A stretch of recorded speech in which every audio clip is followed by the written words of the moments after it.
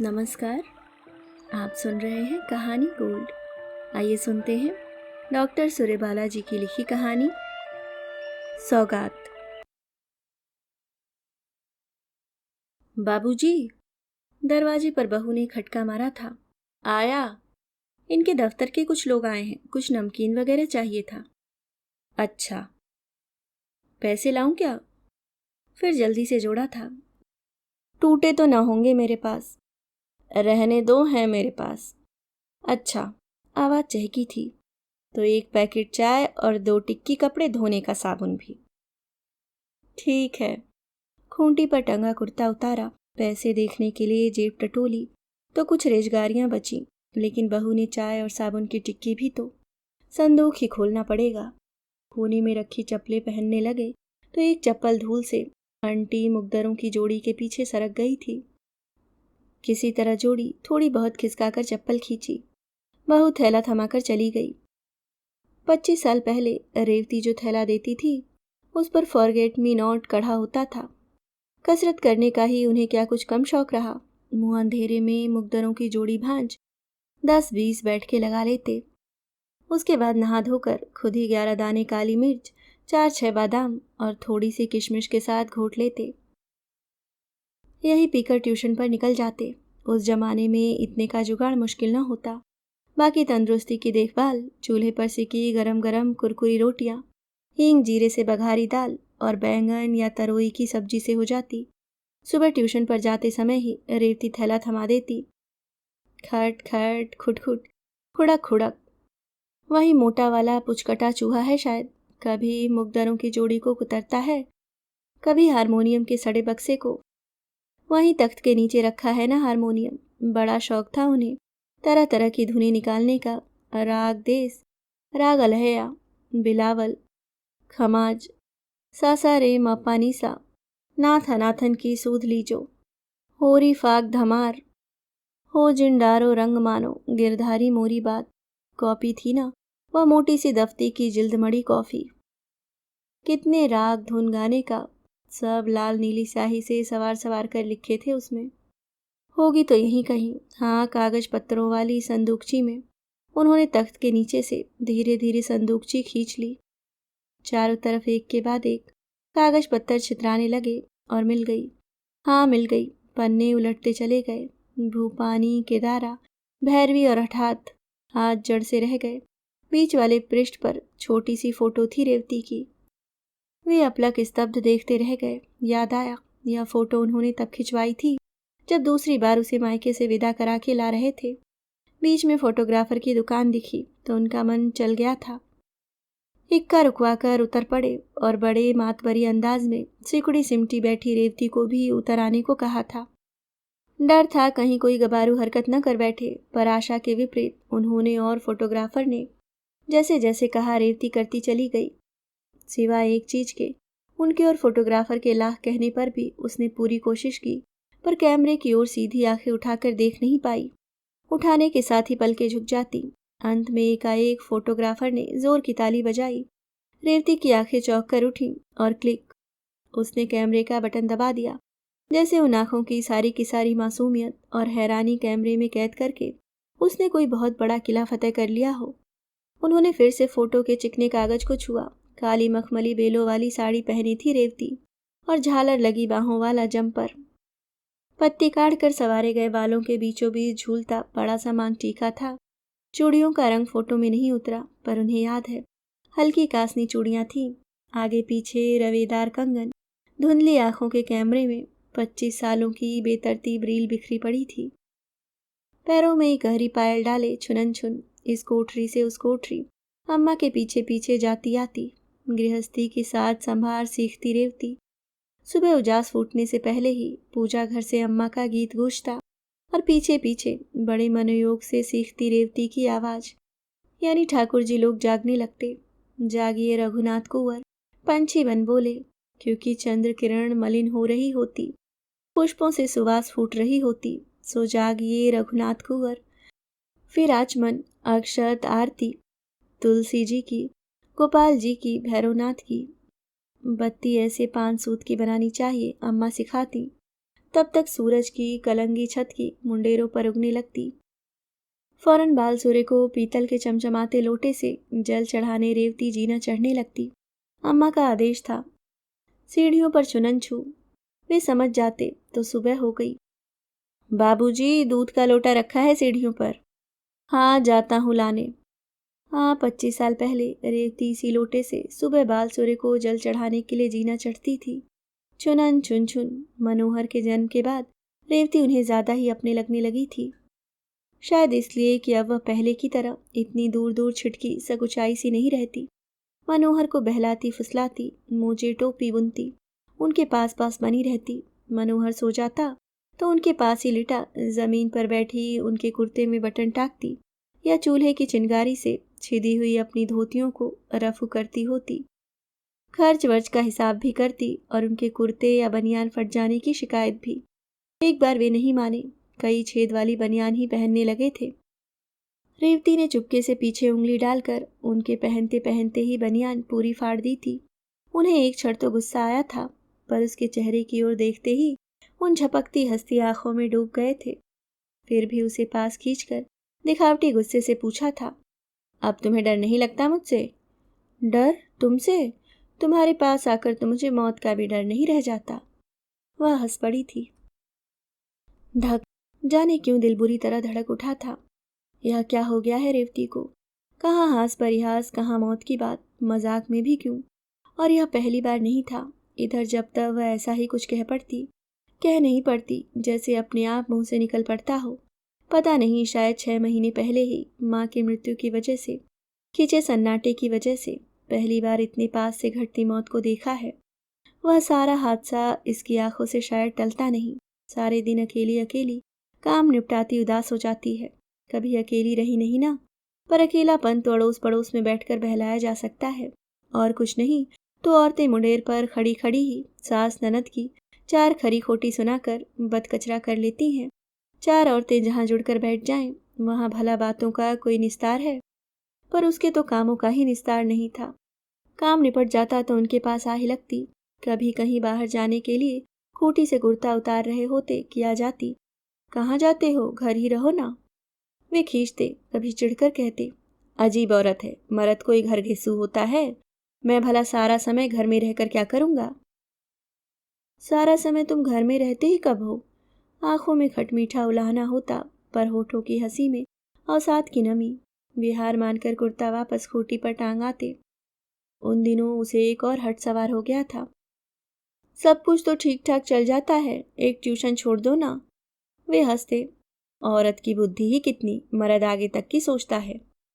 कभी चिढ़ाते भी, बाप रे, देखने में कैसी सीधी संतनी सी। वह जो अम्मा कहती थी, बाउर पर मर्द को बस में करने का मंतर घुट्टी में पीकर आई है। एकदम पालतू बनाकर आंचल के टोके से बांध रखना चाहती है। वह वैसी ही चुप रह जाती, बाउर सी ही। तो और माया उपजती। ऐसे ही एक बार पास बुलाकर पूछा, इतना ज्यादा अपने पास रखकर क्या करेगी मुझे? क्या जानूं। उसकी आंखों में अनजाने भरे भरे से बादल तैरे थे। पर जाने क्यों जब तब मुझे लगता है, पता नहीं कितने दिनों की जिंदगी परमात्मा से मांगे मिली है, तो मन करता है कि सारे दिन पास ही रहो। धक, फिर वही। रात को तुलसी के चौरे पर दिया बार कर ठाकुर जी लोगों को सुलाने जाती, ठीक वैसे वैसे जैसे अम्मा ने सिखाया था। राधा कृष्ण सिंहासन पर ही, बाकी शंकर पार्वती गणेश चारपाई के एक तरफ, ठाकुर जी लक्ष्मी जी दूसरी तरफ। चारपाई एक ही थी ना ठाकुर जी लोगों के पास। सब एक ही खाट पर आड़े बेड़े। अक्सर वे देखकर रेवती को खिजाते, अब जल्दी ही हमारी भी ऐसी ही नौबत आने वाली है। यह वही समय था जब वह दूसरे बच्चे से थी। शुरू के दिनों में उसे काफी तकलीफ रही, चक्कर आते, शरीर पसीना पसीना होने लगता। पर सब कहते, नाल बदल रही है, इस बार लड़की है। वैसे भी वे तो जाने पहचाने लक्षण हैं, कम ज्यादा सभी को। पर काम जैसे भी होता सब निपटाती। उनका ख्याल भी वैसे ही, बल्कि पहले से कहीं ज्यादा। घर गृहस्थी के प्रति ज्यादा ही चौकस हो गई थी।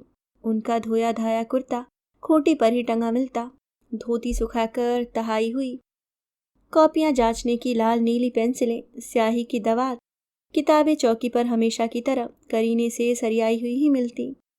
एक दो बार जनाने अस्पताल में दिखा लाए थे, फिर भी मन में कभी कभी लगता माँ होती तो कुछ जानती समझती, कुछ हेज हिफाजत करती। अब वे ये सब क्या जाने। हफ्ते 10 दिन पहले सकुचाते हुए रेवती से कहा, मैं तो ज़्यादा कुछ जानता नहीं, अब तो कुछ ही दिन है, तुम बता दो तुम्हें कैसे क्या चाहिए। तुम आसपास रहना बस। उसके पपड़ाए होठों पर बहुत उदास मुस्कान आई थी। और जब समय आया तो मिडवाइफ ने कहा, बच्चा बड़ा है, अस्पताल ले जाना होगा। रास्ते में उसने फिर कहा था, तुम मेरे पास रहोगे ना, रहना। थैला बहू को थमा दिया और कोने में आकर चप्पलें निकालने लगे। चप्पलें इस बार जब टूटी तो मैकू ने खूब मोटी मोटी पुख्ता सिलाई कर दी थी। भद्दा लग रहा है भाई, कहकर टोकने पर खीसे निकाल कर बोला था, अरे ऐसी पक्की सिलाई कर दी है मास्टर जी कि समझो जिंदगी भर का इंतजाम होएगा। पर जाने क्यों वह चप्पल पहनते उन्हें कचोट सी होती, जैसे उसके मन के खिलाफ कर रहे हैं, उसका मन दुखा रहे हैं। बहुत पहले एक बार जब वह थी, चप्पलें टूट गई थी तो कुछ ऐसी ही ऊपर की बखिया लगा दी थी मोची ने।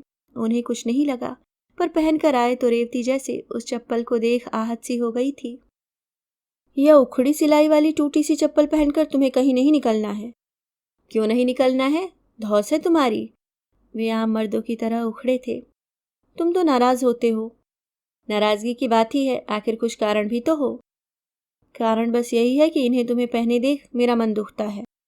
वाह रे तुम्हारा मन, 2 आने सिलाई देकर आया इन्हें फेंकने के लिए। बस कह ही गए थे, नहीं तो मन था कि जैसे पिघलता चला जा रहा था। फेंकेंगे क्यों, लाओ मुझे दो, कभी किसी गरीब दुखिया को दे दूंगी। रेवती की 13वीं के बाद वे फिर पूरे जीवन से अपने जीवन संग्राम में जुट गए थे।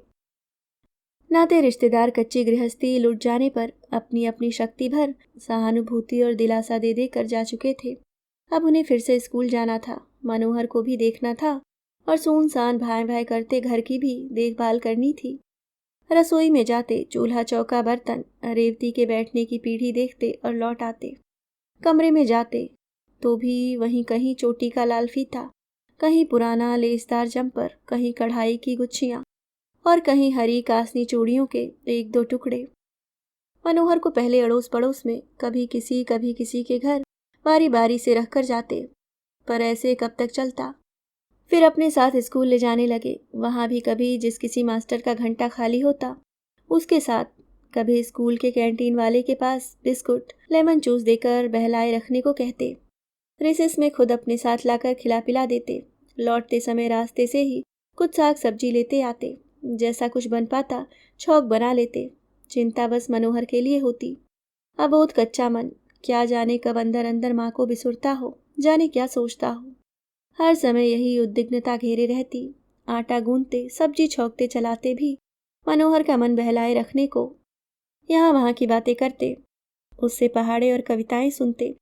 निरंतर जी तोड़ यही कोशिश कि इस सन्नाटे और खालीपन के एहसास से कहीं उसका बाल मन टूट न जाए। अब तो बस बच्चे को देखना है, उनका क्या, ऐसे ही मन समझाते बुझाते जिंदगी कट जाएगी। और इस तरह सुबह से रात तक अपने आप को समझाते जिंदगी फुसलाते चले जाने का जो सिलसिला शुरू हुआ, वह अंदर बाहर की उदास खामोशी ढोते ढोते रात तक परास्त कर देता। लेकिन सुबह उठकर फिर उसी सन्नाटे को ढोते ठेलते काम निपटाने का सिलसिला शुरू हो जाता। फिर सुबह फिर रात, जिंदगी मौत से भी खामोश निस्पंद होती चली गई। सिलसिले और भी खामोश हो गए जब मनोहर को पढ़ाई के लिए बोर्डिंग में भेज दिया। बच्चा है, 4 मित्र सहपाठियों के बीच इसका अकेलापन दूर होगा, मन बहलेगा। पढ़ाई लिखाई खेलकूद हंसी दिल लगी के बीच जीने की बात ही और है। बाजार में मिलने वाला सबसे अच्छा बैग, नया बक्स, जूते कपड़े सब सहेज कर उसे हॉस्टल पहुंचाए थे। खाने के लिए भी जो कुछ भी हो सका बाजार से खरीद कर साथ बांध दिया। माँ होती तो जाने क्या कुछ बना कर देती। बहुत बहुत सीखें, आशीर्वाद देकर लौट आए। वापस उसी घर में उसका अकेलापन दूर कर अपना और बढ़ा आए। और मन था कि न बदलता था न बहलता था। इस कोठरी से उस कोठरी तक सूनेपन के अथाह सैलाब के बीच डूबता छिजता चला जाता था निरंतर। बाबूजी खाना खा लीजिए, नहीं तो अंधेरा होने पर आपको दिखता नहीं, टिकाना पड़ता है। बहू थी। हाँ, मोतियाबिंद के मरीज को यही परेशानी। शरीर तो जैसा भी है ठीक है, आंखें ही ज्यादा धोखेबाज निकली। अब तो दूसरी पर भी असर आने लगा है। डॉक्टर कहते हैं पक जाने दीजिए। झलफला दिखता रहे तभी ऑपरेशन हो जाएगा तो ठीक, पर ऑपरेशन भी हफ्ते 1.5 हफ्ते पूरी साथ संभाल तीमारदारी कैसे हो पाएगी। डॉक्टर भी कहते हैं आंखों वाली बात है, क्या करें। यह सब तो 2-4 आदमियों की राय बात और मदद से ही होता है। किससे कैसे पता करें? हाँ, मनोहर से ही। पर अच्छा नहीं लगता ना अपने बारे में अपने को लेकर कुछ कहना पूछना। और वह रहता भी कहाँ है। महीने के 10 दिन दौरे पर, हफ्ते के 3 दिन क्लब और पार्टियां, दावतें और यार दोस्तों का जमघट। 1-2 बार बहू से ही ज्यादा सख्त झड़प हो गई थी, इसलिए दौरे पर यानी डाक बंगले में रहने की अवधि बढ़ गई। यार दोस्त भी वहीं आमंत्रित हो जाते।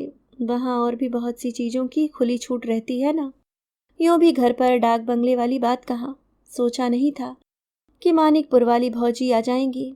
यूं ही एक दिन मन घबराया तो एक पोस्ट कार्ड डाल दिया था। आंखों वाली बात न होती तो न लिखते, पर यही सोच सोचकर घबराहट बढ़ जाती कि कहीं यह रही सही रोशनी भी चली गई तो यह दोहरा अंधेरा कैसे कट पाएगा। वैसे भौजी न भी आती तो कुछ कह नहीं सकते थे, ऐसी कोई अपनी सगी भी नहीं ठहरी। बचपन की बात और थी, बड़ा सा परिवार था और सब एक दूसरे के साथ दुख सुख में बराबर के हिस्सेदार। चूल्हे की लपलप आंच में फैली फैली सिंदूरी बिंदी वाला माथा पोंछती पोंछती वे सारे घर की रोटियां सेकती थीं। बरसों बाद इस उम्र में किसी के पैर छुए भौजी ने देखा अपने सामने ही बच्चे से जवान, अधेड़ और अब असमय बूढ़े हो गए उनको। झलफली आंखों के पार झांकती पहचान को, बोली कुछ नहीं। होठों के बीच किनारदार धोती का छोर भींचे बैठी रोती रही। हाँ, वे संभाल देंगी, जिंदगी में दूसरा अंधेरा न छाने पाएगा। अस्पताल में आंखों पर हरी पट्टी बंधी है, कुछ टटोलने या अंदाजने की कोशिश करते ही वे लपक कर आ जाती हैं। क्या चाहिए? पानी? ये लो। हाँ, मूंग की खिचड़ी है, देरी हो रही थी ना, सो इसी में टमाटर और जरा सी लौकी डाल दी। और क्या डाला? बस जरा से अच्छी घी में हींग जीरे की बघार दे दी। अब तुम घी का ही सोचकर मत परेशान होने लगो, मैं लाई थी अपने साथ गांव से। जानती थी आँख के जख्म के लिए सबसे ज्यादा फायदा सच्चा घी से ही होता है। नहीं, अभी 2-3 दिन रात में जाऊंगी नहीं। अरे, मुझे कोई डॉक्टर कुछ नहीं कहेगा, चुपचाप यहीं जमीन पर कंबल बिछा पड़ी रहूंगी। सुबह तुम्हें दातुन कुल्ला करा यहीं दुकान से दूध ले पिलाकर तब जाऊंगी। देरी? मुझे? अरे, मुझे तो वैसे भी नहाते धोते पूजा पाठ करते 10 बजते हैं। लो भी, कल चुल भर तो है, खाकर खत्म करो। यह हलवा? हाँ हाँ, डॉक्टर से पूछा है। तुम्हें मझले चाचा की याद है? उनकी आँख का ऑपरेशन हुआ था। रोज 100 ग्राम कमलगट्टे का हलवा बनकर जाता था। कल हो सका तो बनाकर लाऊंगी। कितना सुस्ताऊंगी घर जाकर भी, कौन सा कोल्हू पेरती हूँ यहाँ। ठहरो, माथे पर तेल दाब देती हूँ। पट्टी खुलने के बाद भी बिना नागा सिर पर तेल रोज रखना, खुद ही रख लिया करना, यह आँख बड़ी नियामत है। इस तरह दिन रात पट्टी बंधे बंधे तड़फड़ाहट होती होएगी ना। आँख रहते दिन रात घुप अंधेरा, न पढ़ लिख सके आदमी न कुछ देख सके ही। इसी से तो यहाँ वहाँ की बात करती हूँ कि तुम्हारा जी कुछ बहले, नहीं तो मेरे पास कहने बोलने को है ही क्या। एक गूंगी ठूठ जिंदगी, यूं ही बेवजह जीते चले जाने वाली। नहीं, ऐसा नहीं कि कभी तुम्हारा ख्याल ना आया हो। तुम्हारी हारी अकेली जिंदगी को सोचती तो जी अंदर से कचोट उठता। पर जानते हो, 26 साल की अकेली बेवा अपनी मर्जी से पांव बाहर नहीं निकाल सकती ना, वह भी अकेले निचाट मर्द की पनाह में। बस इसी से नहीं आ सकी। सोचकर समझा लेती, 1-2 साल में घर बस जाएगा, दुनिया बदल जाएगी तुम्हारी। क्या जानती थी कि ऐसे जोगी बिरागी से जिंदगी गुजार दोगे। औलाद के लिए ही ना, अपनी समूची दुनिया ही सन्नाटी कर दी।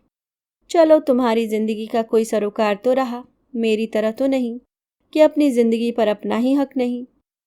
वही गूंगी बेआवाज सपाट। चलो, अच्छा हुआ इस तरह तुम्हारे पास आ गई। जैसे गूंगी अहिल्या का 2 घड़ी को ही सही उद्धार हो गया।